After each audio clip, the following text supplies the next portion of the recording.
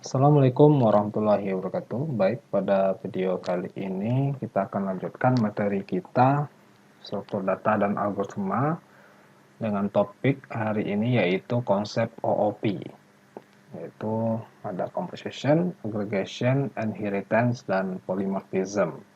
Nah, pada minggu lalu kita sudah bahas sedikit mengenai review tentang Java dan juga pengenalan OOP dan juga perbandingan antara OOP dan prosedur oriented ya. Dan kita juga kemarin ada tugas individu dan kelompok, di mana individu itu masih mengenai flowchart ya, tiga contoh flowchart itu, dan juga untuk kelompok itu mengenai kelas diagram ya. Untuk tugas kelompok sebagian sudah saya periksa, rata-rata itu sudah lengkap. Nah, saya harap Anda itu minimal sudah baca ya, sudah tahu bagaimana kelas diagram itu, apa simbol-simbol yang digunakan, dan bagaimana contoh-contohnya. Baik, untuk outline yang mau kita bahas hari ini ada 7 ya, ada 7 subtopik. Yang pertama OOP Java, kemudian ada abstract data type pada Java, kemudian ada Java interface, di mana kalau di dalam Java itu kalau membuat ADT bisa menggunakan Java interface. Kemudian ada kelas dan objek pada Java. Selanjutnya modifier ya, merupakan kata kunci yang digunakan sebelum mendeklarasikan kelas maupun anggota kelas. Nanti kita akan lihat bagaimana kegunaannya atau implementasinya. Kemudian ada konsep hubungan antar kelas, yaitu konsep composition, aggregation, dan inheritance ya. Yang terakhir ada polymorphism, yaitu konsep di mana tipe data ini memiliki banyak bentuk. Oke, kita masuk ke subtopik yang pertama yaitu OOP Java ya. Ini sudah kita bahas kemarin ya. Namun kita perlu di sini menekankan contohnya di sini ya. Kita lihat sebuah deklarasi dari sebuah objek. Nah, mungkin kita langsung praktek saja ya supaya lebih paham ya. Kita coba bikin project konsep OOP gitu ya. Yes.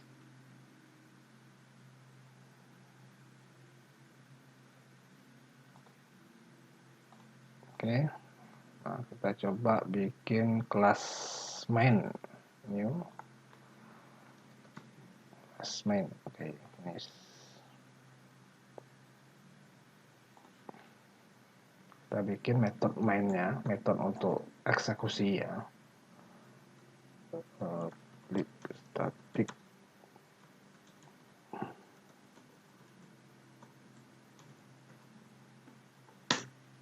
Nah, kita coba deklarasikan sebuah kelas atau kita instant sebuah kelas date ini, misalnya Java util date gitu ya, dengan nama variabelnya today ya, hari ini, now Java till date gitu ya.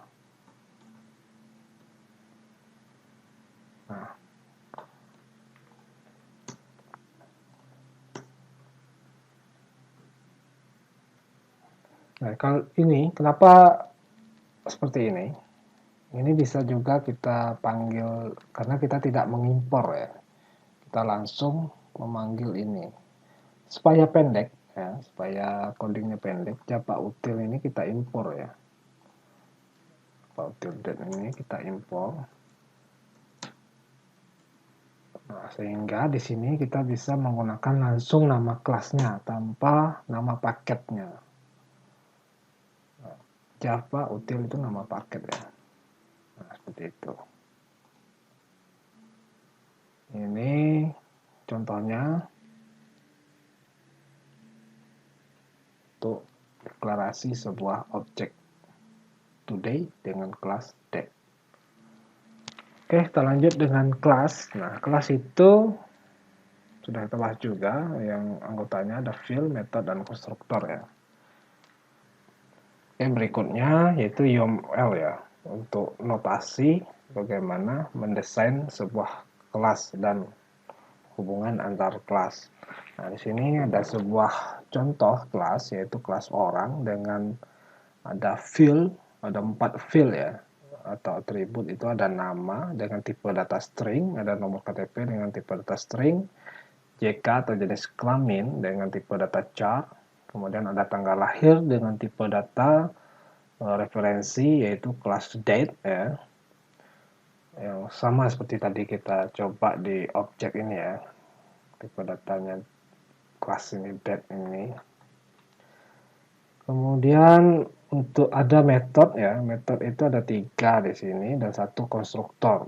Konstruktor itu sama seperti metode, namun konstruktor ini namanya atau penamaannya itu persis sama dengan nama kelasnya. Misalnya nama kelasnya orang di sini, maka nama konstruktornya juga orang. Dengan parameternya ada string, int, dan char. Kemudian ada 3 metode ini. Yang metode yang pertama itu adalah apakah dewasa, untuk mengecek apakah orang itu sudah dewasa atau belum, dengan mengembalikan tipe boolean. Jika sudah dewasa nanti dia bisa true seperti itu ya. Jika belum dia false. Kemudian ada set tanggal lahir. Nah, set tanggal lahir itu digunakan untuk menyimpan nilai ya, untuk mengset nilai dari tanggal lahir ini.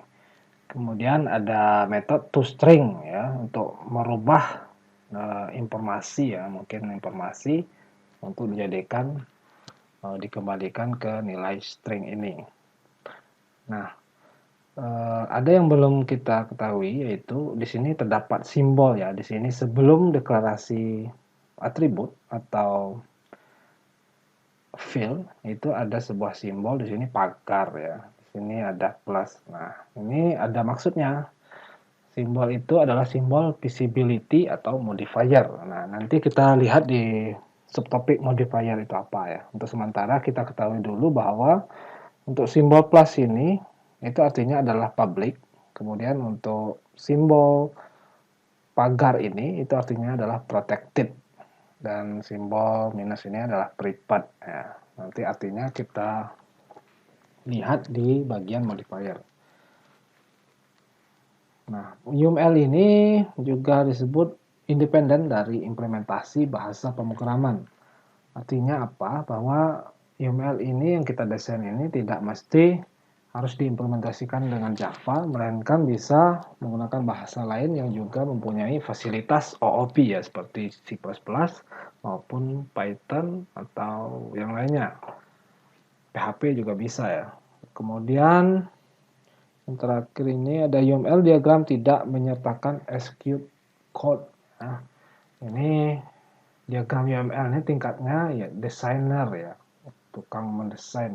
Dia tidak perlu mengetahui bagaimana, misalnya ini, apakah dewasa. Ini kan sebuah metode ini, kalau si desainer ya dia cuma tahu nanti kembaliannya kalau sudah dewasa dia true, kalau tidak dia false. Soal bagaimana codingnya di dalam itu bukan urusan desainer gitu ya. Itu diserahkan ke programmer yang mentranslate diagram ini ke dalam bentuk kode. Nah, mungkin kita contohkan untuk membuat ini ya, kelas orang ini. Pertama, pakai new Java kelas orang ya, sesuai dengan itu. Oke, nah ini ada 4 file, nama, nomor KTP, JK, tanggal lahir. Kita coba bikin. Pertama modifiernya ya, kita lihat tadi protected semua, protected. Terus tipe datanya string, nama, kemudian ada protected string, nomor KTP gitu ya. Kemudian protected char ya, char JK jenis kelamin. Kemudian ada protected tanggal lahir ya, siapa util date tanggal lahir gitu. Nah, ini sebaiknya kita impor saja paket Java util date ini, impor sehingga dia tidak menjadi panjang codingnya ya. Oke.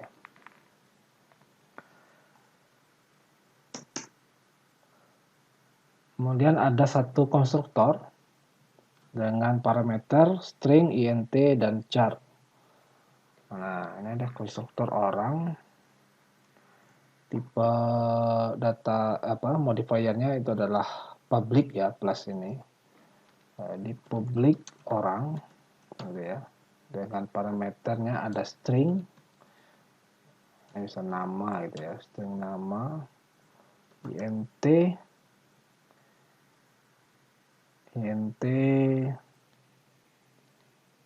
misalnya i ya gitu ya, ada char,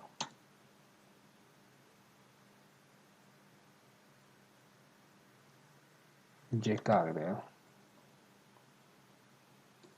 Ini sama dengan metode kurung kurang buka dan tutup. Nah, ini bodinya ya, ini nama konstruktornya sama dengan nama kelas. Yang parameternya ada 3 ya, ada string, ada int, dan char. Sudah sesuai, dan ini public. Nah, implementasinya kita kosongkan dulu karena belum ada ya. Nanti kita coba itu. Kemudian ada 3 metode. Ini mengembalikan tipe boolean. Nah, jadi perlu diketahui bahwa ada 2 tipe metode. Ada metode yang mengembalikan nilai dan ada metode yang tidak mengembalikan nilai. Yang mengembalikan nilai itu seperti metode punya tipe data selain void ya. Jadi yang tidak mengembalikan nilai itu void. Misalnya untuk mengembalikan nilai boolean ini public boolean gitu ya, boolean sama seperti mendeklarasikan field, namun di sini nama metodenya apakah dewasa gitu ya. Nah, dalam kurung buka, kurung tutup di dalamnya tidak usah kita isi parameter, sini tidak ada parameter. Nah, kurung buka, kurung awal buka dan tutup. Nah, kita enter. Nah, dia error di sini ya. Karena kenapa dia error? Karena dia perlu mengembalikan nilai boolean. Nah, nilai boolean ini bisa kita dapatkan melalui misalnya kalau kita mendapatkan mengecek seorang itu apakah dewasa atau tidak, itu bisa jadi kita menghitung selisih antara tanggal hari ini dan tanggal lahirnya. Dapatlah dia misalnya tanggal lahirnya di tahun 92 ya. Nah, sekarang tahun 2021. 2001 kurang 92 bisa jadi 29 atau 28 sekitar itu. Nah, itu bisa kita bikin di sini algoritmanya. Misalnya kalau 29 itu sudah masuk dewasa apa belum. Ternyata kita bikinnya misalnya dewasa itu lebih dari 21 tahun misalnya. Berarti yang 29 tahun itu akan bernilai true. Seperti itu ya. Nah, ini karena tidak ada implementasinya, maka kita return true saja sebagai defaultnya gitu ya. Nah, sehingga tidak errornya akan segera hilang karena sudah di return gitu ya.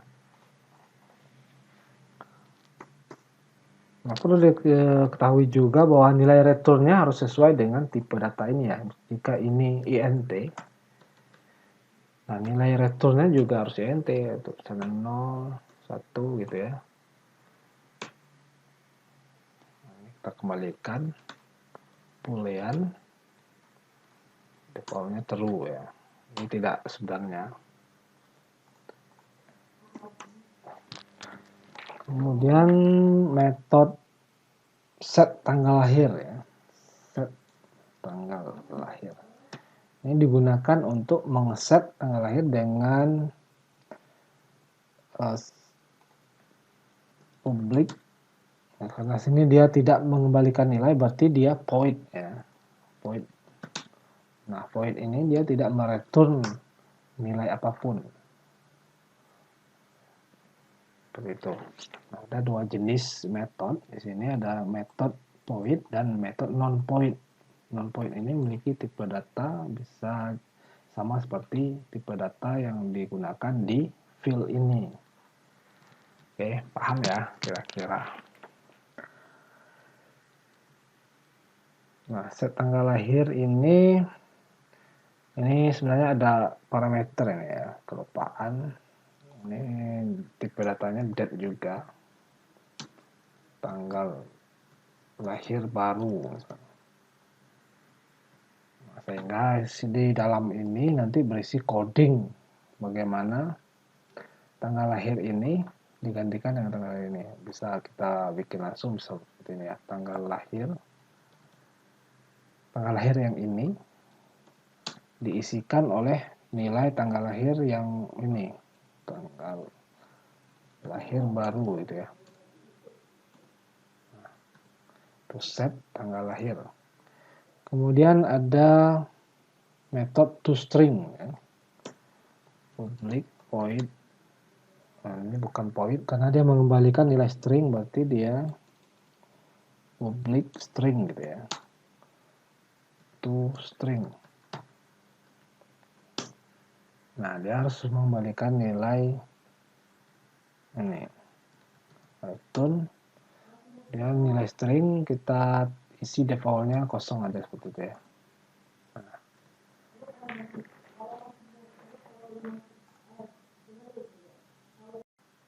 Oke, selesai untuk kelas orang yang kita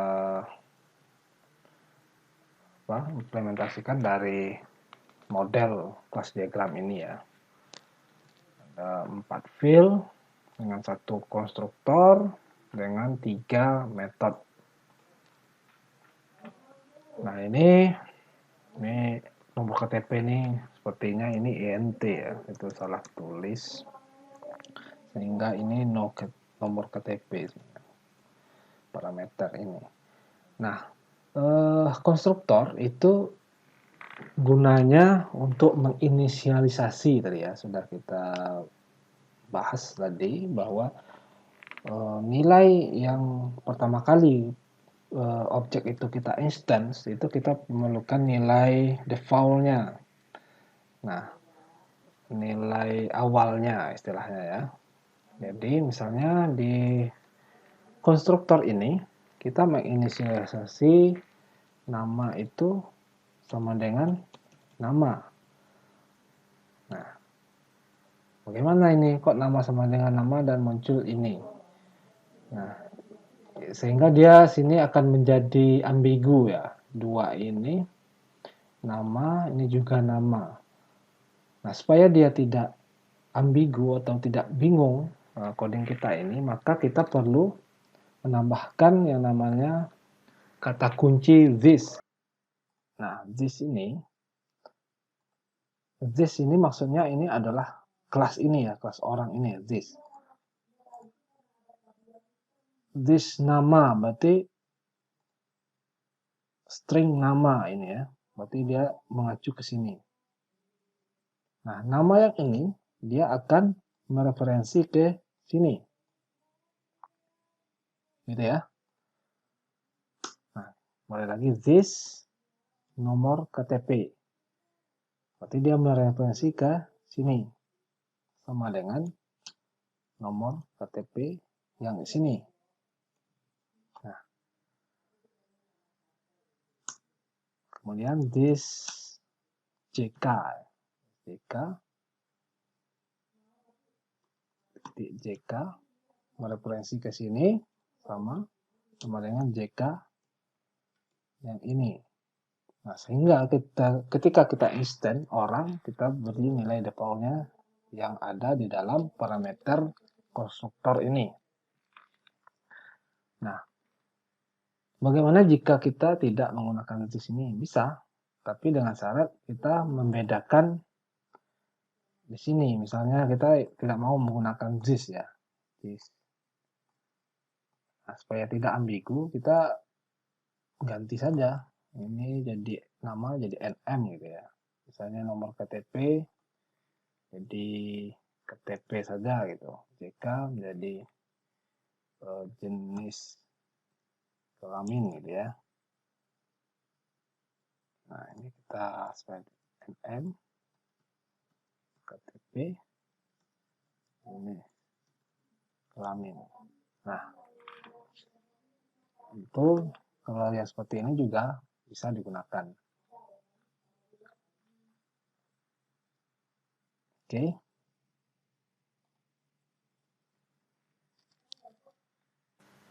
Oke, kita masuk materi berikutnya, yaitu abstract data types ya.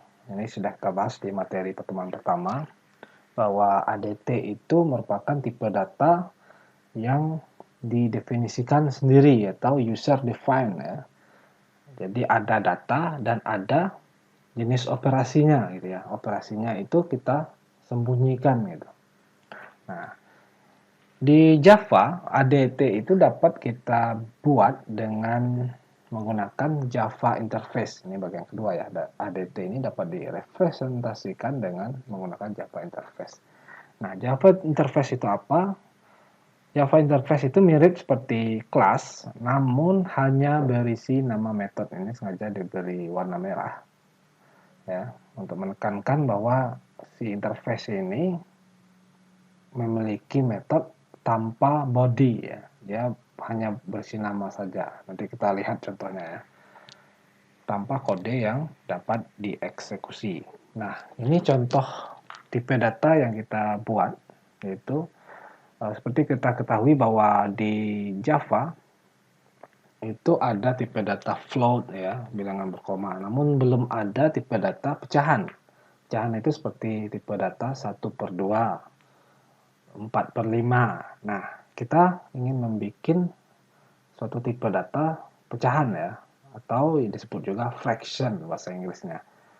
Nah, fraction ini kita inginnya ada memiliki operasi ya. Misalnya kita ingin menambah pecahan. Ini maka kita bikin operasi plus. Ya. Jadi nanti bisa kita gunakan seperti satu pecahan ditambah pecahan ini akan menghasilkan sebuah pecahan juga. Nah, maka nilai returnnya juga fraction ya di sini. Kemudian times. Times ini perkalian. Nah, ada dua jenis di sini. Times dengan parameter integer dan times dengan parameter fraction. Maksudnya di sini adalah times dengan integer bahwa pecahan ini bisa juga dikalikan dengan bilangan bulat. Nah, tapi hasilnya fraction ya, pecahan. Nah, yang kedua ini pecahan kali pecahan ya, times dengan parameter pecahan dan menghasilkan nilai pecahan. Nah, reciprocal itu adalah kebalikan pecahan. Misalnya pecahan 1/2, reciprocalnya itu adalah 2/1, seperti itu ya. Nah, maka kalau kita panggil operasi reciprocal, kita punya pecahan fraction dengan 1/2, nanti returnnya akan 2/1, seperti itu dalam bentuk fraction. Nah, di sini ada operation value. Value artinya dengan bilangan real, dengan bilangan float ya, seperti float itu, maka value ini mengembalikan nilai hasil dari pecahan itu. Misalnya 1/2, itu value-nya 0,5 ya. Karena 1/2 itu 0,5. Oke, langsung saja kita praktekkan ya membuat ADT dengan Java Interface. Nah, biasanya kita bikin kelas itu new Java class ya. Ini selain Java class, ini ada Java Interface yang disediakan template-nya oleh NetBeans ya. Kita klik saja Java Interface. Namanya fraction. Finish. Nah, Polanya sama seperti penamaan kelas ya, ada modifier dan ada di sini kalau di kelas itu kelas, di sini interface ya. Berarti kelas itu dengan nama interface-nya fraction. Terus di kurung buka, kurung tutup, dan di dalamnya ini merupakan deklarasi sebuah metode ya. Kita coba lihat tadi bahwa Java Interface ini hanya berisi nama metode ya. Metodenya ini tanpa ada fill ya, langsung ke metode. Ada plus, times, reciprocal, dan value. Masing-masing dengan kembalian tipe data fraction, selain value itu real ya. Oke, kita coba bikin. Di sini modifiernya jangan lupa plus, berarti public ya, berarti public tipe datanya fraction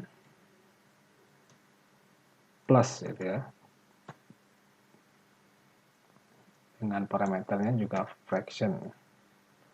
Nah, udah kita titik dulu fraction ya gitu ya, fraction f misalnya. Sudah. Nah, di sini tidak kurung buka kurung kerawal, dia akan error ya, karena dia tidak bisa diimplementasikan di sini. Dia cukup sampai nama metodenya dan parameter jika ada. Kita cukup dengan titik koma.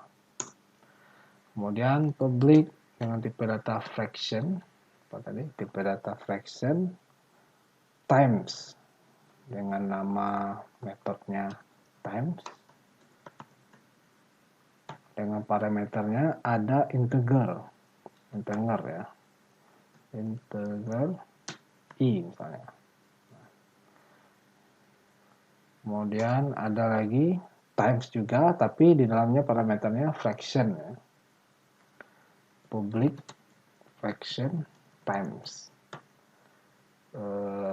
fraction f.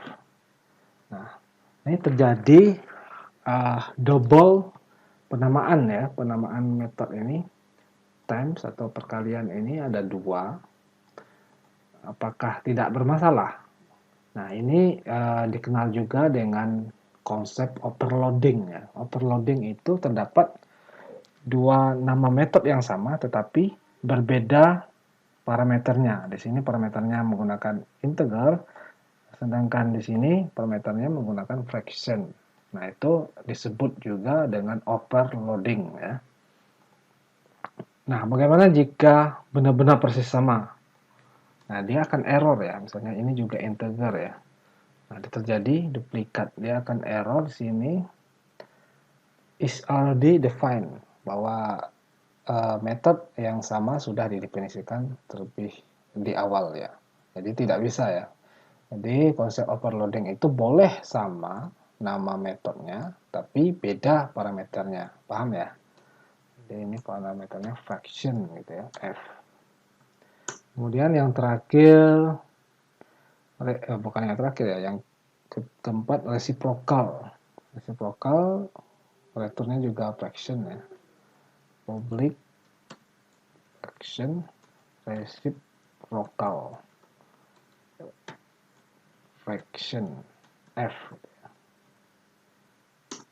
Nah, kemudian yang terakhir public value. Value itu dia nilainya real ya, real. Apakah ada real sini? Tidak ada. Real ini kita berarti dia nilai float gitu ya, float atau double lah, double value.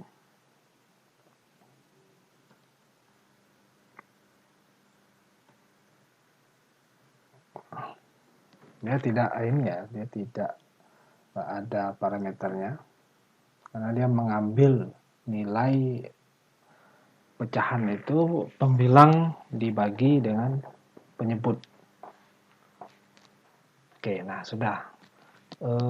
Ini merupakan implementasi dari kelas diagram ADT dengan kelas interface fraction. Oke, ada kelas ini fraction dengan interface fraction dan 5 buah metode tanpa ada kode yang dapat dieksekusi, cuman berisi nama metode saja. Nah, kegunaannya apa? Nah, kegunaannya nanti kita bahas di bagian implementasi interface. Oke, sementara kita lanjutkan ke kelas dan objek pada Java ya. Nah, di sini setiap variabel pada Java itu harus memiliki tipe data ya. Nah, ada dua jenis tipe data, yaitu primitif dan reference, di mana sudah kita bahas ya. Untuk primitif itu di mata kuliah dasar pemrograman, dan reference juga kita singgung sedikit kemarin itu ya. Nah, tipe data primitif itu seperti apa? Seperti byte, short, int, long, dan float. Ini kita lihat di gambar 4 ini ya. Itu ada hierarki dari tipe data di Java. Nah, primitif ini itu memiliki dua jenis, ada numeric types dan boolean ya. Kemudian numeric ini dibagi lagi, ada integer dan ada floating. Nah, di integer ini dibagi lagi dua, ada integer dan characters ini ya. Integer ada byte, short, int, long. Sementara karakter ada bytes. Kemudian floating point ini itu ada float dan double. Kemudian ada boolean. Nah, sementara reference ini itu ada array, interface, class, dan enums ya. Nah, di Java itu kelas itu termasuk tipe data ya. Ini sengaja saya lingkari merah supaya tahu posisi sebuah kelas itu adalah tipe data di dalam Java. Nah, kemudian array juga sebenarnya tipe data di Java, direpresentasikan sebagai tipe data ya. Kemudian tadi interface juga sudah kita bahas sebagai tipe data, dan ada lagi enums. Enums nanti kita lihat ya, tipe data enums itu. Nah, kemudian deklarasi kelas. Nah, ini mungkin tidak perlu kita jelaskan karena sudah kita praktekkan tadi ya, bahwa kelas itu ada modifier, ada kata kunci kelas, ada nama kelas, dan ada association di dalam kelas itu. Nah, kemudian di dalam kurung buka dan kurung kurawal buka dan kurung kurawal tutup ada sebuah declaration. Nah, di sini perlu kita lihat ya, modifier ini itu seperti public dan abstrak. Nah, nanti kita jelaskan di bagian modifier. Nah, ini ada class name, seperti class name ini orang tadi ya, kelas orang seperti itu. Association ini ketentuan hubungan tambahan seperti extend dan implements. Nanti untuk apa? Ada kelas, kita bisa membuat hubungan antar kelas, nanti kita butuh association ini ya. Nanti. Kemudian ada declaration, ini ya isi dari kelas itu ya, isi body dari kelas. Yang mana di OOP itu kita mengenal 3 tadi ya, ada fields, fields itu bisa disebut juga atribut atau properties ya. Kemudian ada konstruktor dan metode. Nah, di Java itu selain 3 ini juga kita bisa membuat sebuah kelas di dalam kelas atau kelas bersarang, nested class ya. Kemudian interface tadi, jenis interface ya, di Java itu juga disediakan interface. Kemudian ada enum ya, tipe data enum juga. Oke. Kita lanjut materi berikutnya, yaitu modifier ya. Dari tadi kita ngomong modifier, apa itu modifier? Di sini modifier merupakan kata kunci ya, yang ditambahkan pada saat deklarasi anggota kelas yang digunakan. Nah, kata kunci di sini seperti kita ketahui tadi ada public, private, dan protected ya. Jadi tujuannya untuk apa? Yaitu untuk membatasi ya. Jadi kalau kelas itu bisa memiliki relasi atau asosiasi dengan kelas lain. Nah, dalam berhubungan tadi atau berasosiasi tadi, perlu diterapkan sebuah batasan-batasan ya. Nah, batasan itu adalah modifiernya. Nah, di sini ada 3 akses modifier ya yang digunakan di kelas. field dan konstruktor atau method ya. Di sini ada public, private, dan protected. Nah, public itu gimana? Public itu ketika menggunakan public, kelas dan anggota kelas itu dapat diakses dari semua kelas lain. Nah, mungkin biar lebih paham langsung kita praktekkan ya. Misalnya ini ada kelas orang tadi ya. Kelas orang ini kita perlu bikin kelas baru lagi. Misalnya kelas profesor ya. Profesor.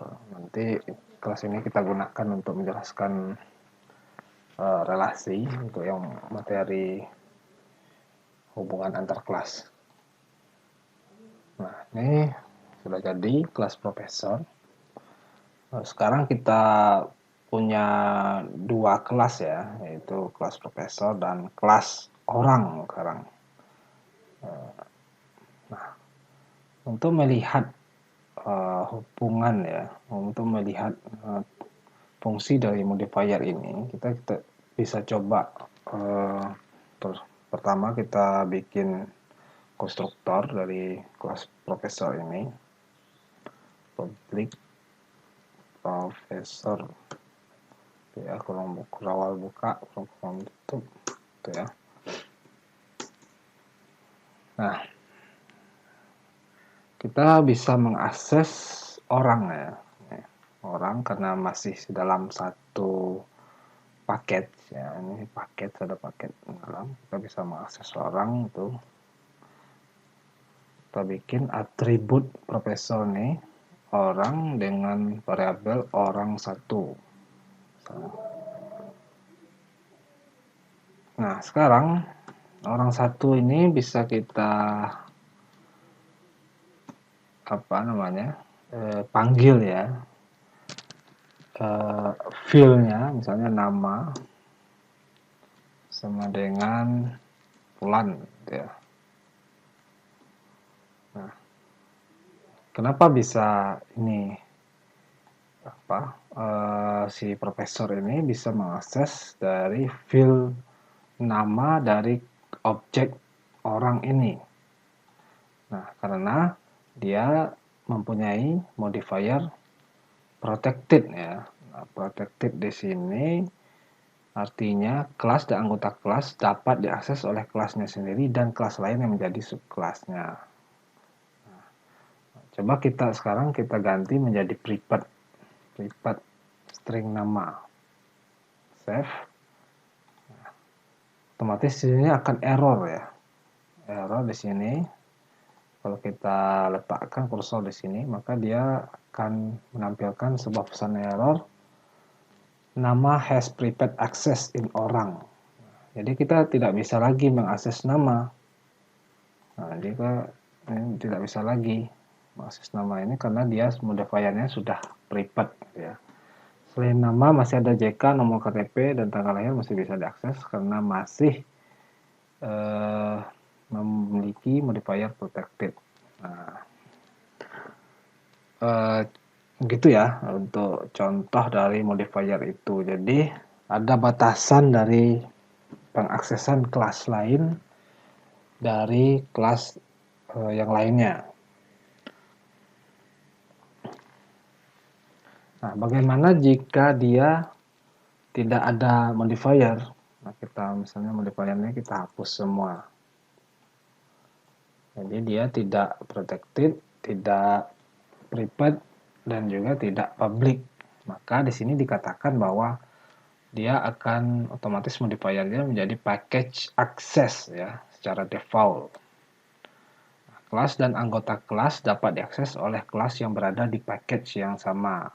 Nah, access default ini artinya kita bisa mengakses field dari kelas orang ini selama dia masih dalam satu package. Nah, sekarang kita kenal yang namanya package. Package itu bisa kita bikin seperti ini ya. Ini default package karena kita tidak membuat package. Kalau ingin membuat package, kita bisa klik kanan di sini, Shop Package New, Java Package ya. Package itu artinya sama dengan folder ya. Folder penyimpanan kelas. Anggaplah kita bikin ini misalnya package package 1 ya, package 1. Nah, ini package 1 ini kita si profesor ini atau si orang ini kita cut ya, kita masukkan ke package 1 ini. Faktor multi kita pindahkan ya. Sekarang kelas orang itu sudah berada di package 1 ini, sedangkan profesor ini berada di package ini.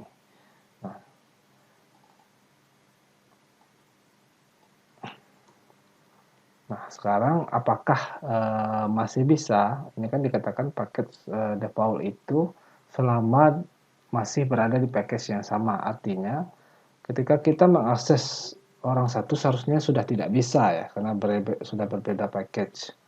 Orang satu, nama, nah sudah tidak bisa lagi. Karena misalnya sama dengan bulan ya. Nah, nama is not public in orang. Karena dia tidak berada di satu package. Kalau ingin bisa mengakses, maka kita tinggal ganti sebagai public gitu ya.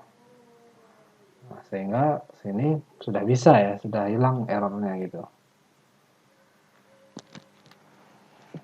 Oke, untuk modifier itu seperti itu ya. Jadi untuk batasan-batasan mengakses kelas lain dari kelas yang lainnya gitu. Nah, ada lagi yang namanya final. Final itu modifier yang fungsinya tergantung dari jenis objeknya. Jadi beda-beda, dia tidak sama ya. Final, kalau final class, itu kelas tidak bisa di-extend atau diwariskan ke subclass lainnya. Misalnya profesor ini, profesor juga orang ya sebenarnya ya.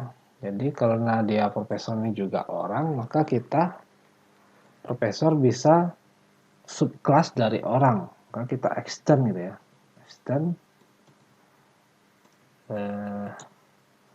extends orang gitu.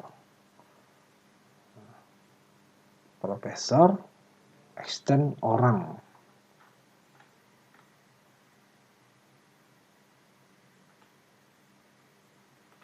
Nah, dengan syarat kita impor dulu ya. Kalau tidak diimpor dia error ya.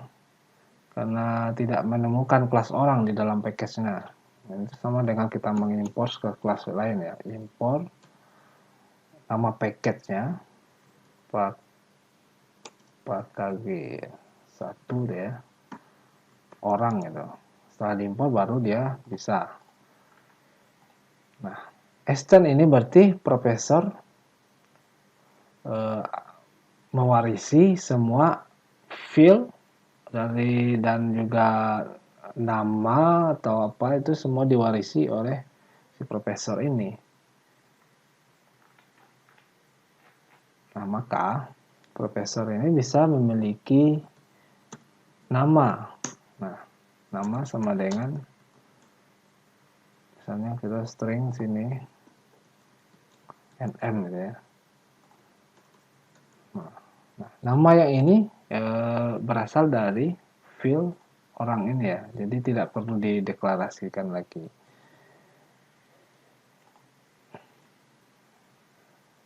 Nah, maksud saya final class, final class tadi, misalnya jika orang ini final ya, public final ya, class save gitu ya, maka dia akan error di sini. Dia cannot inherit from final orang, tidak bisa diwariskan karena dia sudah final.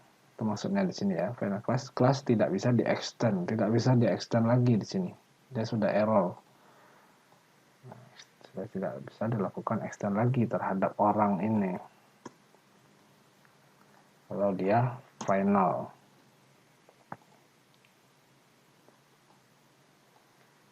Nah, bagaimana kalau metode itu yang final? Kalau maksud saya kalau file itu final. Misalnya file ini public final string ya.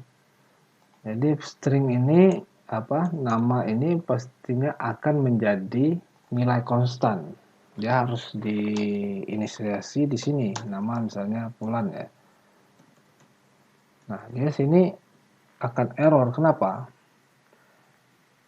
Final string nama ini kita lihat artinya harus diinisiasi ya. Kita inisialisasi langsung di sini bahwa nama langsung Fulan dan tidak bisa dirubah. Nah, kita di sini berusaha merubah isi dari nama, sudah tidak bisa karena di sini sudah diberi modifier final sehingga field nama ini sudah menjadi nilai konstan tetap ya, selama-lamanya akan memiliki nilai Fulan ini. Paham ya kira-kira? Final itu gunanya modifier final.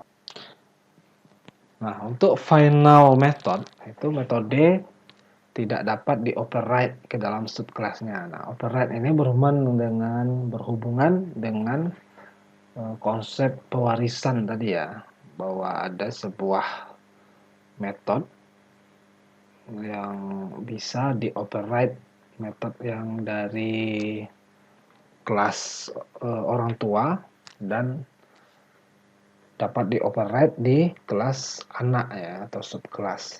Ini kita skip dulu ya sampai materi mengenai inheritance nanti kita bahas. Nah, kemudian kita lanjut ke modifier static. Nah, static ini pernah kita dengar di method main ya, public static void main gitu ya. Nah, static ini berarti bahwa hanya dapat diakses sebagai agen kelas itu sendiri, kebalikan dari menjadi terikat dengan objek yang di instance dari sebuah kelas.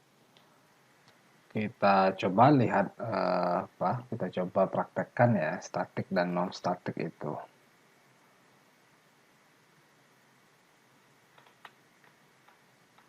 Ini kelas orang tadi. Nah, kita coba bikin metode static ya. Public static void ya. Kita tidak mereturn nilai, kita beri dia tipe void. Cetak nama langsung. Kita beri string nama kurung kerawa buka, enter, kurung tutup ya, sudah otomatis. Nah, sini kita coba print langsung ya, steam system out print ln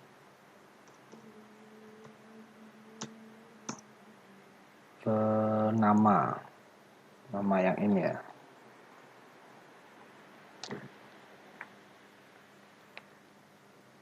Oke.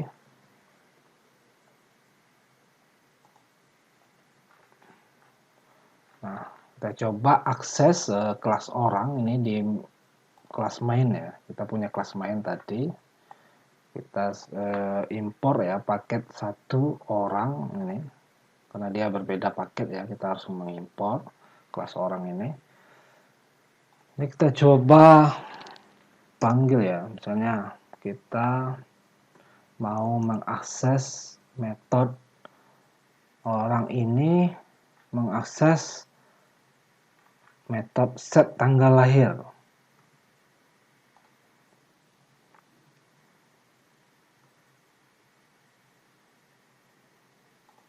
Nah, orang set tanggal.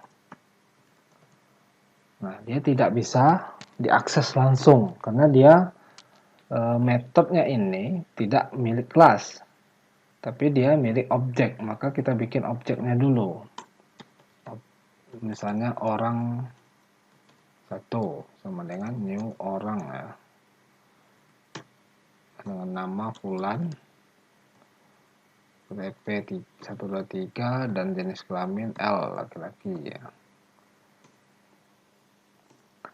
Nah, orang 1 ini baru bisa kita set tanggal lahirnya. Tanggal lahirnya berapa misal, new date. today ya. Tanggal lahirnya hari ini, today.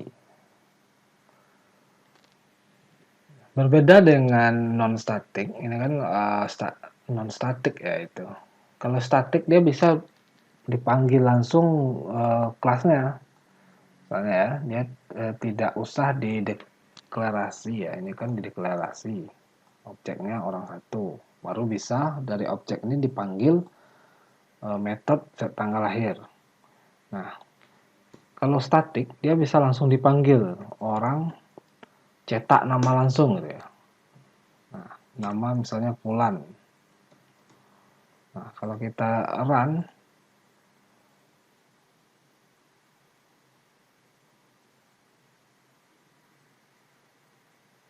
nah dia akan memberikan output Fulan ya, dimana tanpa kita deklarasi seperti kelas date ini ya, kita deklarasi new date. Ini kita langsung panggil kelasnya, kita akses metode statiknya. Nah, itulah yang dimaksud dengan sebagai agen kelas itu sendiri. Jadi, modifier static ini itu juga disebut di sini ya, static method itu disebut juga method kelas. Jadi dia metode ini milik kelas, bukan milik objek dari kelas. Nah, sedangkan non-static itu metode disebut juga metode instant. Jadi metode yang tadi ya, ini disebut metode instant karena dia harus di instant dulu. Kalau dia tidak di instant, dia tidak bisa dipanggil langsung ya. Misalnya orang set tanggal lahir itu tidak bisa. Dia bukan milik kelas. Dia bukan static seperti itu ya. Oke, semoga bisa paham dengan modifier static ini. Oke, nah ini merupakan daftar ya modifier dalam Java dan kegunaannya. Jadi yang kita bahas itu ini itu merupakan yang sering digunakan ya, public, private, protected ya. Kemudian ada final, ada static. Nah, sementara untuk yang lainnya sebenarnya masih banyak lagi, cuman ini digunakan untuk kebutuhan yang lebih advance lagi atau yang lebih khusus lagi ya. Kalau mau dipelajari silakan, kalau tidak juga tidak apa-apa ya. Silakan dieksplor sendiri. Ini tabel 1 ini modifier untuk kelas ya. Ada 4. Kemudian modifier untuk konstruktor ada 3, private, protected, public. Nah, ini untuk field ya, atribut atau properties. Itu ada 1 2 3 ada 7 ya. Kemudian ada modifier untuk method dan modifier untuk variabel lokal. Nah, silakan dipelajari atau dieksplor sendiri kalau mau. Nah, ini sudah masuk ke composition. Saya rasa untuk materi minggu ketiga ini kita akhiri di sini ya, di modifier saja. Masih ada 2 subtopik yang belum dibahas, yaitu ini ada composition, aggression, inheritance, dan polymorphism. Kita bahas pada insya Allah pada minggu keempat saja, karena supaya bisa fokus ya. Ini sudah waktunya juga sudah lebih dari 40 menit ya videonya. Nah, ke depan insya Allah juga kita akan mencoba membuat sebuah project ya, project dan Java menggunakan OOP dan juga database. Oke, untuk tugas hari ini silakan dikerjakan ya, praktikum ini diikuti saja videonya, kemudian difoto ya. Oke, saya akhiri. Assalamualaikum warahmatullahi wabarakatuh.